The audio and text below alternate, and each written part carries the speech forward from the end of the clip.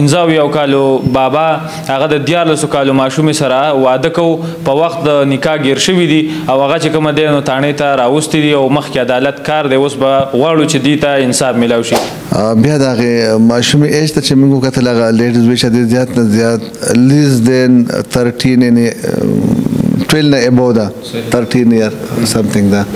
دا ناصر به زمونږ د دې منطقې نه څنګه ختمیږي؟ پیشمام صاحب نه چې موږ تپوس وکړو چې پیشمام صاحب ته څنګه راغلی آیا ولې تنګي کې مولیان صاحبان نو ما ته زما تعالی سره خو خو کې غټه دینی مدرسه ده مفتي ګوهر صاحب ما ته د بار نه خلک راځي دغه نه مشوره اخلي ته مال د پیشاور نه راغلی نکاح د پاره دلته راغلی. لالچ څه ورکړل شو دغه جنۍ له چې آیا دا د نکاح ته مجبور شول او داراله بیا دغه 75 سالو بابا سره چې کوم دی د 14 کالو جنۍ نکاح تړي؟ عجیبه غونډه کې خبره چرته زمونږ په دغه منطقه باندې یا زمونږ پاشنغر باندې سپ ناوړې پیښه چرته مخې ته نه راغلي. خامخ نه باغې چې زما والد صاحب نه ته چې کور نشته او کور له بده غشتل غواړي او هغه 5 لک روپۍ د بابا ورته ورکړي. بابا خو ته نشو ویل چې دول خو کنه بابا دول خانه شي کېده. د مور او پلار خو یو عظیمه رشته ده د بچی د پاره چې هغه په لک درد باندې هم دا غډیر درديږي. نو دا ته وایي چې مور او پلار په هغه کې چې کله تاسو خپل تفشیش وکړو مور او پلار سویل چې آیا دوی دونه مجبور چې د ځمکې د لګبل هغې راولګېدل خپل لورې دغه ورته وارتوله مور سویل او پلار دغه وخت کې سویل سبب د دې ماشومې ژوند تباه او برباد شو د اوس نه بابا خو بس ان قریب چې کوم دی نو نور به دې د باندې واپس ځواني نه راځي خو د دې ماشومې تر ژوند نه پورې چې کوم دی نو د دې د لایف خراب شو. زمون قانون زمونږ عین د پاکستان سوی چې آیا د 10 کال سړی هغه د 14 کالو ماشومې سره چې کوم دی نو هغه په قانون او په عین کې څه دي؟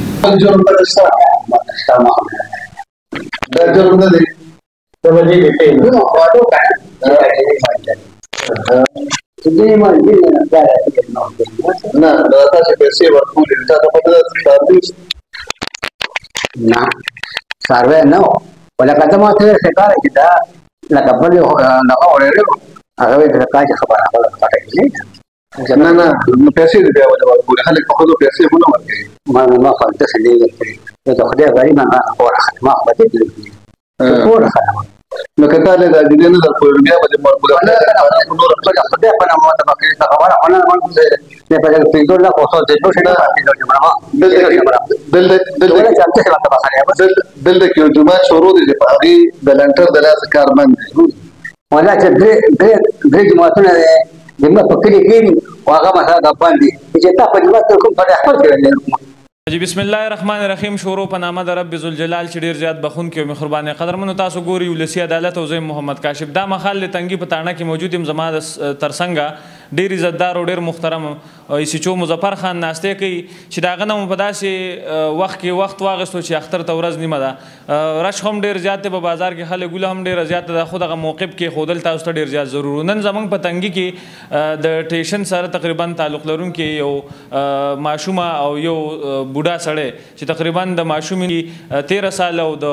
بابا عمر چې کوم دی 75 سال یادېږي. دغه دوی په خپل منځ کې چې کوم دی د رشتې سره تړون کړو د هغې په حق باندې بیا هغوی راولګېدل او خلک راغلل مظفر خان ته اطلاع وکړله چې یاره دلته دغه شانتې څه وقوعه راغلې مخې ته د دې پوره تاسو انویسټیګیشن وکړئ وزټ وکړئ د دغې چې څه حقیقت دی. بیا چې کله دوی تفتیش وکړو د هغې نه پس چې کومه رزلټ میلاو شو دوی ته په دغه حق به دوی سره خبرې کوو چې آیا اوسه پورې دوی څنګه کاروي سونه وکړله او دغه کې حقیقت سونه دی. 13 ورځ په دې سوشل میډیا باندې یو ویډیو وایرل شوی او په هغه ویډیو کې چې کوم دی نو تقریبا د سواد سره تعلق لرونکي یو بابا او یو ماشومه چې هغوی په خپل منځ کې واده کولو او کړی وو بلکې بیا د هغې واده نه پس چې کوم دی د خبره سوشل میډیا ته مخې ته راغله او په هغې کې چې کوم دی د ځمکې د لالچ د وجې هغه جنۍ وړه ماشومه وه او هغې پلار له دغه ځمکې لالچ ورکړو تقریبا 10 مرلیزې ول ورکړو د هغې نه بعد چې کوم دی نو هغه بیا هغه ځای واپس کړی شو هغې له خلکو نور ځای ورکو او هغه جنۍ چې کوم دی د بابا نه پاتې کړله جنۍ د بابا د وړوکوالي نه بلکې خوښه وه په دغه حق باندې دغه مسلې ډېرې راځي مخنیوی به دغه څنګه کیږي وایو به څنګه چې دغه مخنیوی وشي او مخکې به کیږي څه. مظفر خان په خپل پروګرام کې ته هرکلی ویم سر یو جه خان مننه کوم چې وخت هم راکړو. اعوذ بالله من الشیطان الرجیم بسم الله الرحمن الرحیم. ډېره مننه مهرباني الله دې عزت وکړه بچنګیا په ینګ ایج کې د فیلډ ته راوته او انشاءالله چې زموږ به سره دعاګانې وي چې الله تعالی دې کامیاب او کامران کړه. سر دا راته ووایئ چې دا کومه وقوعه مخې ته راغله دې باندې لږ تفصیل وکړئ. یو شریف شیخ ریو او زه به ته دا ووایم چې چا اطلاع راکړې ده نو د هغه د الله تعالی د خیر سبب وګرځوي او خدای دې جنت الفردوس کې سره زموږ نصیب وکړي. نو یو شریف شیخ ریو په دې معاشره او په دې حالاتو باندې خفه نو ځکه هغه ماته یو اطلاع راکړه. بل اطلاع د هغه 100% بالکل کریکټ وخته. دا موږ ته اطلاع میلو شو چې دغه شانتي یو کم عمره جنۍ ده او یو دوی پلو مرکز دی او اول نه خلک کې څوک د پنجاب خبره وه چې څوک د پنجاب دی خو چې بیا موږ لاړو یکدم موږ کویک ایکشن وکړو او دوی د هغه سپاټ نه بس راوتو والو تقریبا څه ګنټه نیمه بدي کړې وه خو بس هغه ته به انفارمیشن تقریبا لږ لیټ مې لو کې بیا به البته ټول اريوسیس په موقع ریډ هینډ ګرفتارو. خو د زیارت کې پول سره دا ګاډي موږ ودرو په دې نه بابا را کوشو هغه چې ماستر سره وورېده نو هغه ماشوم مناسب ولن کې موږ سره لیډیز کنسټیبل هغه ځان سره غشته وه د هغې په ریفرنس باندې چې موږ تپوس وکړو نو هغه چې موږ وردو موږ چې واقع ده خو ما واقعه ده او یو ظلم روان دی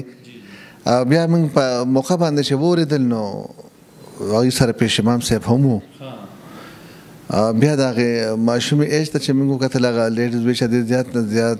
لیس دین 13 یعنې 12 نه ابو ده 13 ایئر سمثینګ ده. بیا موږ د هغه د سپاټ نه دغه وکړو پیش امام صاحب نه چې موږ تپوس وکړو چې پیش امام صاحب ته څنګه راغلی آیا ولې تنګي کې مولیان صاحبان نو ما ورته زما تعالی سره خو خوای کې غټه دینی مدرسه ده مفتي ګوهر صاحب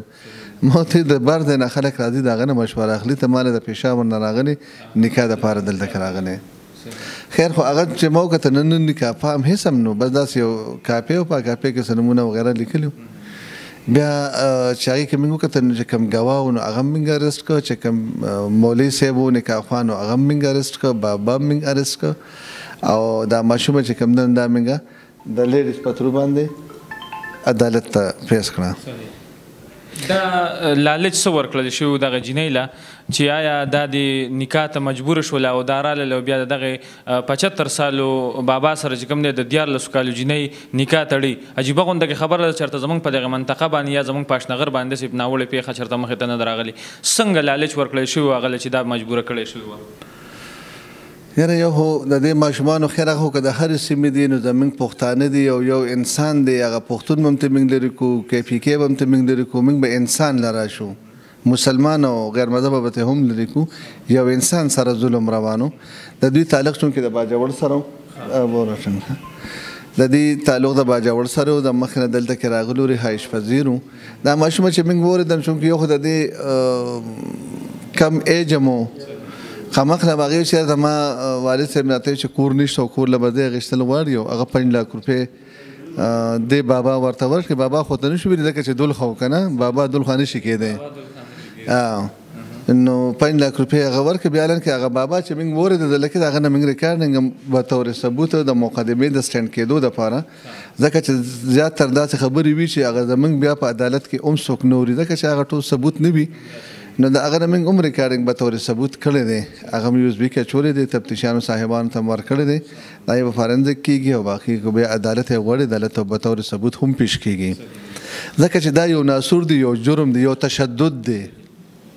لکه موږ صرف ګورو که نه کم عمر ماشوم نه دا د تشدد یو قسم دی لکه موږ به زیاتر دغه خودکش ته ګورو که نه دا هم یو تشدد دی هغه نور خلک خو چې مري نو مري به خو چې دا څوک یې کوي نو دا هم یو تشدد دی داسې د کم عمر ماشوم واده چې کم دی نو دا هم یو تشدد دی هغه ماشوم دی کم عقل دی که ته په هر لاین ور سیده کېږي که نه نو دا مور پلار د دې دپاره وي چې هغه لومبی درسګاه مور پلار دی که نه چې هغه بچي ته سمه لار وښیي اوس د دې ماشوم باندې دا کوم جسماني نفسیاتي تشدد دی زه خو ته تشدد دویم قانون هم ته تشدد وایي که لیک جوور سره وګورو نو تشدد دی نو دا په دې ماشومې باندې وشو سبا به د دې ماشومې ژوند تباه و برباد شو د اوس نه بابا خو بس ان قریب چې کوم دی نو نور به دې د باندې واپس ځواني نه راځي خو د دې ماشومې تر ژوند نه پورې چې کوم دی نو د دې د لایف خراب شو. سر دا راته ووایي چې دغه بابا چې کوم دی نو اوس تاسو راوستو د حکومت زمونږ قانون زمونږ آئین د پاکستان څه وایي چې آیا د 70 کالو ماشوم د 70 کالو سړی هغه د 14 کالو ماشومې سره چې کوم دی نو هغه په قانون او په آئین کې څه دي؟ یاره یو سړی که د 100 سال دی واده کوي نو کولی شي خو داسې اسلام څه پابندۍ نه دی لګولې خو دې خوا که موږ د دې ماشومې د ایج ته وګورو نو لکه کم از کم دله د 30 35 40 45 ایج کې پکار وه اوس دله 13 سال کړی دی دا خو په دې ماشومې تشدد دی لکه اسلام کې دی دین کې دی ړومبي لفظ عاقله راغلی دی عاقله او بالغه هر چاته خپل رایټ اصل دی خو یو عاقلي او بالغې ته نو عاقله چې کوم دی نو د 13 سال ماشوم نشي کېدی هغه 18 پلس راځي ٹھیک شو نو لکه هغه طرف ته اسلام ته سیټ نه ده زه خو عالم یا مفتی صاحب نه ما چې زه دا فتوی ورکم یا دا خبرې وکړم خو چونکې د دین په لحاظ سره کو ګورو د 14 کالو ماشوم ته به دویم چې عاقل نشي ویل کېدی کوم چې عام د خپل ژوند فیصلې کوي که نه اوس بېشک هغه به اوره اوبه پېژني خو د ژوند خو لینتي پروسس دی نو لکه اوس دا ممنوع نه ده چې د 100 سال یا د 80 سال سړی دی واده نه کوي خو دې خوا ته دا ظلم دی نه کوي چې کوم په دې ماشومې کوم ظلم وشو دا ظلم دی نه کوي نور خو اسلام دی دنیایي اسلامي په هر قانون کې چې کوم دی نو هر چاته خپل رایټ اصل دی موږ خو د هغې څیز مخنیوه کوو چې کوم جرم دی موږ جرم پسې یو بابا سره د موږ سویمه ده که هغه لس پدونه نور هم کینو کوي دی د مور او پلار خو یو عظیمه رشته ده د بچي دپاره چې هغه په لږ درد باندې هم د هغه ډېر دردېږي نو دا راته ووایي چې مور او پلار په هغې کې چې کله تاسو خپل تفتیش وکړو مور او پلار یې څه ویل چې آیا دوی دونه مجبور چې د ځمکې د لګبله هغې راولګېدل خپل لور یې دغه اور ته واړتوله مور څه ویل او پلار دغه وخت کې څه ویل؟ یاره پلار خو موږ سره ملزم دی ځکه چې زمونږ کوم انویسټیګیشن وشو نو موږ خو ډایرکټ پلار یې چارج دی ځکه چې 5 لک روپۍ اخیستې دي یو سړی 15 لک روپۍ په څه باندې اخلي البته مور یې راله نو هغوی ویل چې زموږ کور نو موږ به څه کول ما یاره تم پکې ملزمه یې زموږ کور نو موږ به څه کول لکه هغوی دا څیز جرم ګڼي نه دې کې زموږ سره ما سره بېګا هم NGOs والا څه وکیلانو صاحبانو رابطې وساتلې د شپې تقریبا 12:30 1 بجې ای په دې ډېر زیات خوشاله شو چې تا زموږ نمبر اوچت کړ موږ ته د میسج وکړه وغیره وغیره نو هغوی ویل چې موږ به دا کیس پرسو کوو انشاءالله یو صحیح مقام ته به رسو نو اول نه خو د مختلف NGOs ته نه NGOs هم ضرورت نشته موږ د سره لپاره یو زموږ د مولیان صاحبان د څه دپاره دي زموږ د مفتیان صاحبان زموږ د څه دپاره دي زموږ د کلي د ناظمین صاحبان د څه دپاره دي چې بھئی دا په دې کلي کې ځای په ځای داسې جرګه سیسټم ټولنې وشي چې دا کم از کم لکه یو سړی خو جرم خو وګڼي چې دا جرم دی الان کې موږ ډېر خبرې داسې دي چې هغې ته موږ جرم ګڼو نه موږ یې جرم نه ګڼو که نه لکه اوس دا خلک دا جرم نه ګڼي بچی باندې پیسې اخیستل دا هغې ته جرم نه دی نو لومبې خو دا خلک په دې قایله کول پکار دي چې بھئی ته دا پوهېږي چې دا جرم دی دا اولاد خو د الله تعالی یو رحمت دی نعمت دی دې دپاره خو نه دی چې دا یو کاروبار دی پکار دی چې موږ په سکول کې کالج کې که د هغې وس هم نه کېږي په یو دیني مدرسه کې خو داخلولی شو هغې کې خو نه فیس غواړي نو زه د هغې به یو عقل او سوچ سمجھ به هم راشي او د دین زده کړه به هم وکړي سر آخري پوښتنه لرم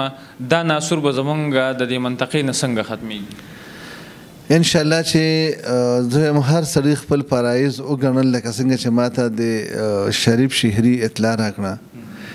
نو همداسې به ختمیږي او بیا په هغې باندې پولیس کویک ایکشن اخلي او بیا د هغې تفتیش په صحیح معنو باندې وشي نو عدالت خو زموږ په تفتیش باندې فیصله کوي دا ډېر خلک زموږ عدالت مورد الزام ګرځوي که نه نه عدالت ته خو چې تاسو کېښودل په هغې به هغه فیصله کوي یو تفتیشي له دا پکار دی چې هغه داسې تفتیش وکړي چې عدالت په دې خبره مجبوره کړي چې هغه ته سزا ورکړي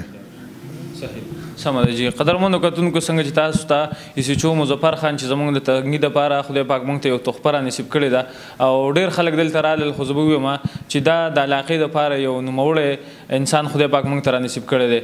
دغه موقف و چې دا هم تاسو ته کېښودو چې د 15 کالو بابا هغه د 14 کالو ماشومې سره واده کوو په وخت د نکاح ګیر شوي دي او هغه چې کومه دی نو تاڼې ته راوستي دي او مخکې عدالت کار دی اوس به غواړو چې دې ته انصاف میلاو شي چرته چې مو ښاد خوشاله او آباد اوسئ. د بل پروګرام پورې خپل ورور کاشف لور کی اجازت د لوی الله په امان.